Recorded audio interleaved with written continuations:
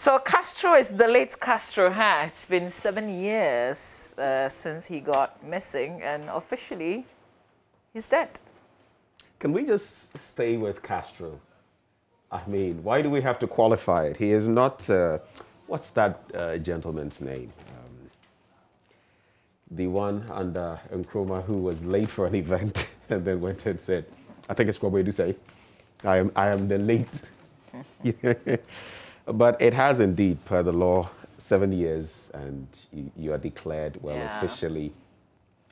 There are some interesting cases in history, though, where people supposedly have been declared that only for them to pop up later, and then it's created a whole mess. Imagine being married to someone like that, and then having the person declared dead, only for the person to show. There are some interesting legal cases that, just because you brought it up, it's bringing to mind some of these things. But another beautiful morning. Thank you for making the time to join us for the news review. I have the Finder this morning, the Daily Dispatch, and the Daily Statesman. What do you have? I'll do the Daily Guide and the Business and Financial Times. Okay, so even before we hit the major stories, I'd like to take a look at this fire, another one that has gutted the area opposite Makola. And this 3-story facility, I mean, it just, I've been thinking about it and I keep wondering why this happens. And apparently it has only one entry point and one exit point. Main entry point, main exit point. So when a structure is like that, and we know these areas are prone to fires, and after years and years, we've not done anything. How does that happen? It is right next to the fire service. Of course, the fire service has also told us about its own challenges, logistics, and all of that. But I just think that as a country, we're never futuristic. We never think, forward. We're always caught unawares, and it's so problematic. I really don't know. Yesterday, I listened to one person speak who made mention of the fact that she had gotten some 2 containers full of stuff just days before, stocked them in there, and the fire hits. A lot of them have not insured their product. So it's just a huge mess of a situation, and I really don't know. But in this last one, millions of Ghana cedis worth of items destroyed. How can we live like this? I remember doing a feature. There was no fire then, but this was at Makola, and with the fire service, the whole idea was for them to walk me through where their hydrants were inside Makola proper, so that in the event of an emergency.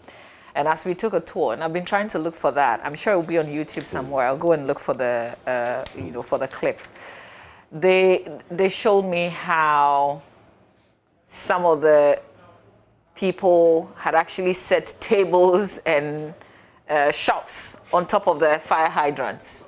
And getting access, first of all, getting access to those places was very difficult.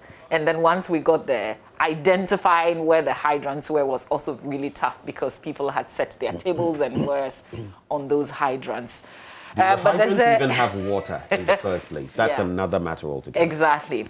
But the thing is that it is disappointing for me, because it's not for a joke that the National Fire Service has a huge station right there to fight some of these things in terms of the fire that we saw yesterday, and to think that they were unable to in the with all the stories that we've heard, with all the stories that we've heard. Like, it's so disappointing, so disappointing, because they are right there. They have a station there, so you can't tell us now that there is a fire to fight that, oh, the tender that we have stationed here has been broken down. Like, seriously?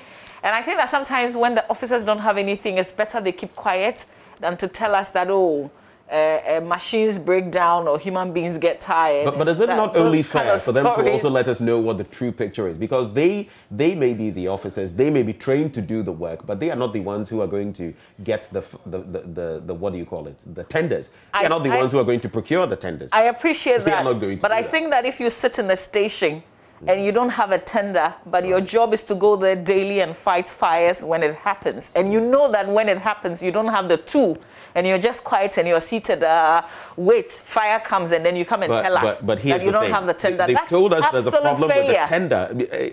What we are saying, or what at least you are saying now, would be conjecture that they've sat there and obviously within this period of time that they are telling us the tender has broken down. I'm sure there would have been some communication to the effect that, look, we need extra. Look, even apart from that, we know that. All I'm saying, Ben, is that for an ordinary person where there is fire like this, and you know that there is a situation like, don't even tell me. You make me more angry. You get what I mean? Because you're just like a minute away, and I know that when there's an emergency, I can call on you. But now you come and then you tell me that, oh yeah, there is an emergency, but I don't have the tools. You know, and that's the thing. Because if you've written letters or people have promised you, government has promised, and that they'll buy you tender, blah blah blah, and you don't have it, you don't stay there and wait until there's an emergency. You know, and we will. You know, it's so sad. Like you watch it. And I heard, first of all, there was Manuel Cranting who was narrating. Later was Maxwell Agbagba. And we had to get the military to bring in their tender to be able to finally deal with this. From the ministries also. The one station right next to you. And you see, I can understand. I feel your pain. It is right next to the place. They're practically sharing a wall, if you like. So I get the entire thing. I'm angry because if you Google, just anybody Google Makola fires, you see the number of fires that we've recorded at Makola alone. Yeah. Plenty. So to think that we don't have any strategy to fight it and we will still come back and say, oh, there's only one exit. Like, seriously? For how long haven't you known that there's only one exit? Well, I mean, it's like we're joking. It's like a piece of joke. Aren't we? We have been joking on so many matters for a long time. It's sickening. But what really irks me, you know, riles me, is the fact that I think in most things in this country, most things that you would expect the state or officialdom to do for you, the citizen is almost left on his own. When it comes to certain attacks on your person, I mean, robberies and the rest, you're calling the police and certain things are not working, certain responses are not coming. It's a fire. You're not getting the sort of responses you need. Myriad matters, and you're left basically to your own devices on your own as a citizen. And think about it. These are the very reasons we have the state. We have officials in key position to serve us, to perform some of these duties for us. So if those can't be done, then where are we?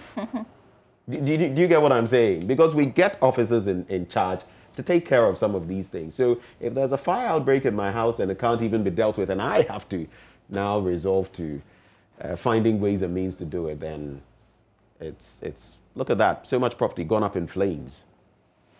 Anyway, so we can get into the details of the paper. I see you taking a keen look at the BNFT. Is that where you want to start from? That's absolutely where I want to start. Public servants see lowest pay rise in a decade. Pay goes up by 4.7%. Or by 7% in 2021-2022. Labour unhappy with quantum. Government cites job sustainability, economic recovery. So there is an increment, but they say it is really, really low, that they're very unhappy about it. So public servants will see a 4% pay rise in their base pay this year, the lowest increment since the Fair Wages and Salaries Commission began the Public Services Joint Standing Negotiating Committee negotiations in 2010. The committee, made up of government, organized labor and employers, have agreed to a 4% increase in base pay for public sector workers in 2021. They've also agreed to a 7% base pay increase for 2022. This means that if you're paid 1,000 Ghana cedis, you will receive a 40 Ghana cedis top-up this year. Well, I mean, for people who have suffered a lot in 2020, 2021, who actually even lost their job. So if you're a private teacher, you absolutely lost your job in 2020. And to think that public servants are getting some sort of increments and they say it is the lowest and they're unhappy. I don't know what words you have for them this morning. This is good. It's better than nothing, you probably would say. Something always better than nothing. Yeah. Back on the front page of the Business and Financial Times newspaper, EPA won't negatively affect after prospect. EU ambassador, rather an opportunity for manufacturing sector. Details of that on page 2. Said head of the European Union mission to Ghana, Ambassador Diana Akontia, has debunked assertions that the coming into force of the interim economic partnership agreements with Ghana will undermine the purpose of the African Continental Free Trade Area, saying the country's trade pact with Europe will rather boost the capacity of the manufacturing sector to produce for the continent. FDA warns exporters over goods repatriation damages is also another story on page 3. The Food and Drugs Authority has warned exporters that they would impose the most punitive damages per the laws on those whose goods are repatriated as a result of non-conformity to standards and guideline procedures of the destination countries or zones. All right. Let's see. On the back page of the Business and Financial Times, what we have: new orders rise for 13th month running, but price increases restricts growth. Softest rise in output in 2021 so far. Joint fastest increase in charges since November 2018. Okay. And then there's KGL group supporting national teams with sponsorship package. Details of that also on the back page of the Business and Financial Times. So I was just trying to see if there was anything in the center spread. Yes, there is. Okay, it's interesting. So the sports stories are in the center spread of the paper. Probably would leave it for Muftau to come and run us through the sports stories. Okay, that's it. Well, let's fix our gaze now on the Finder newspaper. It says Afenyo Markin donates third police station, 2 vehicles to police, and that's a good one. At least when we complain and when we bash and when we say that the system isn't working, at some point we must help as well. And Afenyo Markin is doing exactly that. This is a third police station he's donated and 2 vehicles to boot. Makola fire congested access impedes fire fighting. Didn't we know this all along? We've always known it. And there are areas where the fire tenders simply cannot go. I mean, in other countries, they are using drones and the rest to stem the tide of fires. Others have certain equipment that they can use to target fires, even in very high-rise buildings. There was a time the fire service told us that if fires went above a certain level, they couldn't, access them. And so buildings shouldn't even, because if you have a very high-rise building, a skyscraper, they will not be able to get to it. I think beyond the 7th floor. 7th floor. So 6th, 7th. Floor thereabout, but and then I think there was a promise. There was a promise or assurance of them getting 2 fire tenders, and this came from the fire service themselves. Well, there's also this story about government to absorb 15 million Ghana cedi separation surgery cost for Siamese twins. Madam Opari made that announcement yesterday, and a lot of praise for the presidency for that. On social media, others have also taken the presidency to the cleaners that, well, this is just one individual or family's life you are impacting. How about the other Ghanaians? I guess it's one at a time, isn't it? Let's move on to some other stories I'm going to focus on from this paper very quickly. On page 2, it says road crashes, deaths hit 1,454 in 6 months. But Mama V, do you know what got me a bit interested? You see the way deaths and hit have been, but in a way it reflects the reality. It's a lot of that, isn't it?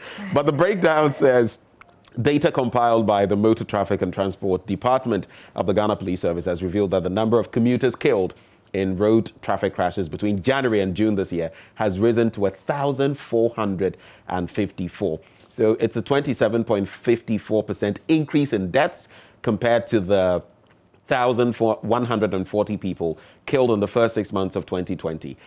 Then 1,212 males have been killed, 242 females have been killed, 423 pedestrians have been killed, and motorcycles top fatalities with 620 too. There are many other statistics in there, but the picture remaining gory, and that is the sad state of road accidents in the country.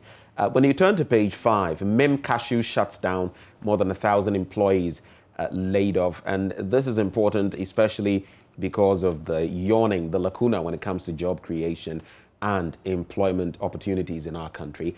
And according to the story, Mim Cashew and Agricultural Production Limited in the Ahafo region has shut down with more than 1,000 employees laid off. Mrs. Jemima Kusika Hansen, the Director of Human Resource and Administration, said the Free Zone enterprise was shut down in November 2020 due to the high cost of production, processing, and lack of raw materials to feed the factory. So here's the important part.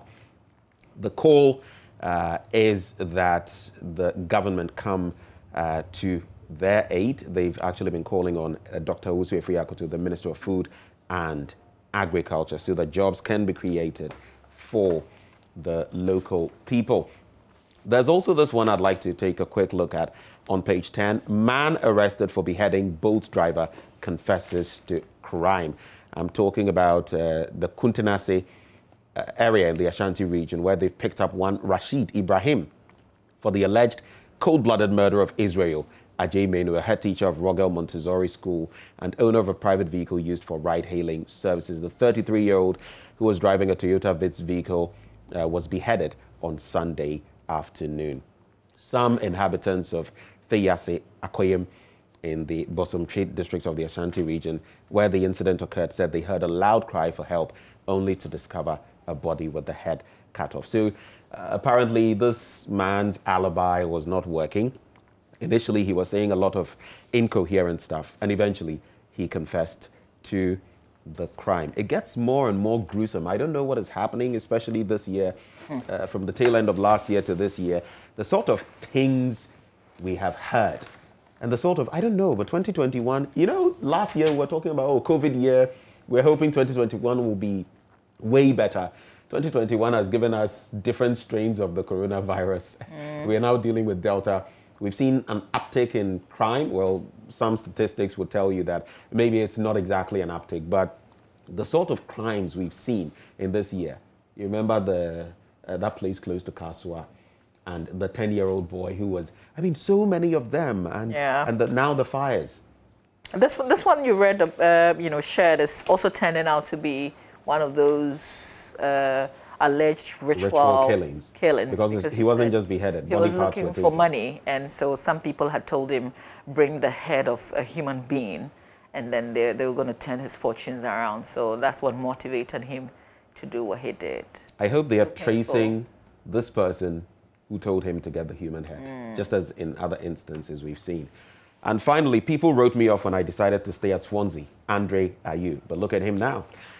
Best male player at the last Ghana Football Awards. All right, let's do the Daily Guide newspaper. Front page of the Daily Guide, massive fire rocks Makola is how they headline what we witnessed yesterday. Efeodo runs from Fix the Country after NDC tag. Nana rescues the conjoined twins. We must put Ghana first. That's how the front page of the paper looks like. If you do the center spread, pay pension lump sum top up. That's the Trades Union Congress expressing concern over the delay in the payments of pension lump sum top-ups to some workers who retired in 2020 under the three-tier pension scheme Act 766. And according to the TUC, these workers retired with inferior lump sum benefits compared to what they would have received if they had retired under the old pension scheme, the PNDC Law 247. So Mr. Anthony Yauba, General Secretary of the TUC, made the call recently in a press statement following a TUC General Council meeting at Kasua in the Central Region. The rest of the story is there in the center spread of the paper. The bit about Efeodo, though, it says social media personality Efeodo, who is also a key member of the Fix the Country campaign, says she's taking a break from championing the cause. In a statement she shared on Instagram yesterday, she hinted that the reason for her absence, if you like, is political, and that her mental health is at stake, and didn't explain further. And they go on to say the controversial actress is, however, taking her break from the Fix the Country campaign, which has largely been associated with elements of the opposition NDC. You can read on, the rest of the story. I think it's just unfair, really, that because you take on a certain course, people would just try and tag you and drag you and limit you and associate you with all sorts of elements. But that's just what it is. And people who otherwise would be championed in certain courses, they look at what happens to others and they keep mute, because do I want to do it so that I am tagged, I am dragged like the way it happens to others? Unfortunately, that's what it is. I thought that we'd just let her be. Is it muzzling? Obviously it is. It appears nowadays when you say anything that, rubs certain people in the wrong way, you'll get backlash. And it comes from so many different quarters.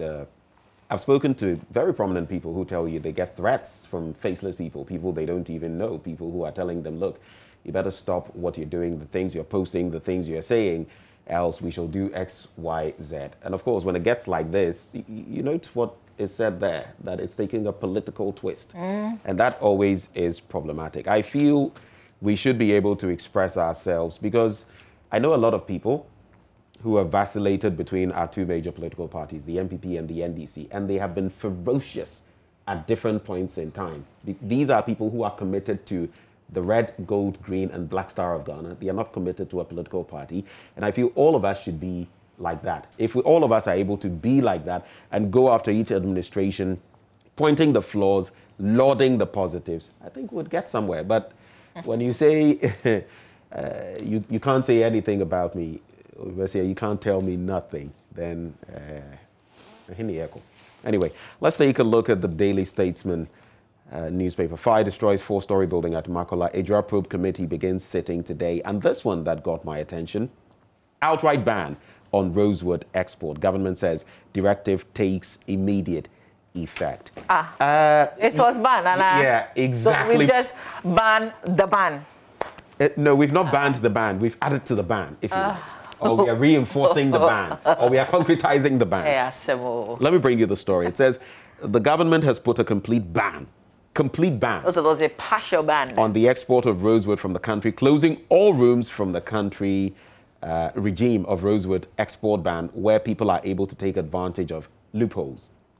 This is in line with the Convention on International Trade in Endangered Species of Wild Fauna and Flora. Rosewood remains a restricted wood species under Appendix 2 of the Convention. It goes on and on, but it talks about how a circular from the ministry signed by the Minister Samuel Abu Jinapor has further directed that, quote, all confiscated rosewood be auctioned only to the domestic market, and that no person who acquires rosewood at such auction shall be permitted to export it outside the country. So that is the latest in that development. Sounds very familiar. I've heard that thing before about the auctioning, but I haven't heard what has been auctioned and who has received it, because I think it's so familiar. I heard this like how many months ago? Pertinent questions. And I'm not being a pessimist, but I can almost foresee that we'll come back and be talking about rosewood again sometime soon, and it won't be in a positive light. You know why I can say that? Because we've done this for years. We've had this rhetoric and rosewood, and we're doing this and we're doing that from one administration to the next. And it always boils down to, it's like a snafu situation. I can't break down what snafu is. I can't use certain words on air. So yeah, that's it. That's it for that paper, Marvi. Anything else you want to look at? No, please. Okay. The Daily Dispatch basically captures most of the stories we've done. The only bit that it adds is government takes up the 15 million cost of separating conjoined twins, but it adds that the 12 million CD equipment is to be government property in the end. So that's the only bit I guess we can add up. Shall we do myjoyonline.com? Check out what exactly the stories are online that we can share right before we bring you sports. Good morning to David McCarthy, who is on something this morning. We're not sure what, but on myjoyonline.com. He's high on watching. He had watching early this morning. He's high. Oh, okay. I see it now.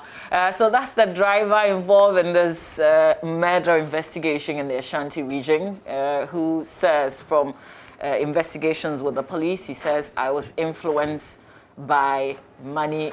Is it by money ritual, according to him, in his as he confers to committing the crime after initial denials. All right, there are plenty more stories. NDC embarks on March for Justice demonstration today. So they're converging at the Accra Mall. We're told that there is police presence there. And if you are just about leaving home and you've now heard about the demonstration, well, you have to change your route at some point. So make sure that you're not so upset. There's a demonstration. And I think the routes that they are using from the Accra Mall all the way through Operbia, they will go through the aviation, through to the cantonments, post office, and then the police will lead them. They said they would do a presentation to the president. They will do one also to the Speaker of Parliament. So you might encounter some traffic on your way to work or whatever destination this morning. Just take note of that. We will be bringing you coverage of this demonstration here on our show this morning. Also, presidency foots 15 million Ghana cedi surgery bill for conjoined twins. We share that with you. Committee to start investigation into Ejura disturbances today. And then another committee to investigate military brutality in Wa hits the ground running. Government to provide 24-hour security for staff, management, and patients of Pantai Hospital. The Makola fire, we can't be blamed for failing to douse fire in time. That's the fire service PRO. The rest of it is on the page on COVID-19. Minority disputes claims Delta variant was found in communities in July. Yep. There are plenty more other stories on myjoyonline.com, Ben. Well, right before we go for sports, this is a belated wish, a very special belated happy birthday to Mrs. Isis Salas Mensah. May you continue to shine in love and beauty. It's from your loving husband, Honorable Samuel Salas Mensah. And so your birthday was yesterday, Mrs. Salas Mensah. Belated happy birthday to you. Happy birthday to Constable Aivo Jennifer Janelle of Police National Headquarters Communications Department. And that's from Constable Asamoah Bright. So there's also a birthday wish to Diana Tete in Kpong. I pray for God's abundant grace upon your life. And that is from Ebenezer Sabute. Well, so those are the birthday wishes. Belated to Mrs. Salas Mensah, and to the rest of you, happy birthday. Well, just before we cross over for, to bring you sports, there's a situation brewing in Nigeria, just a little bit of it.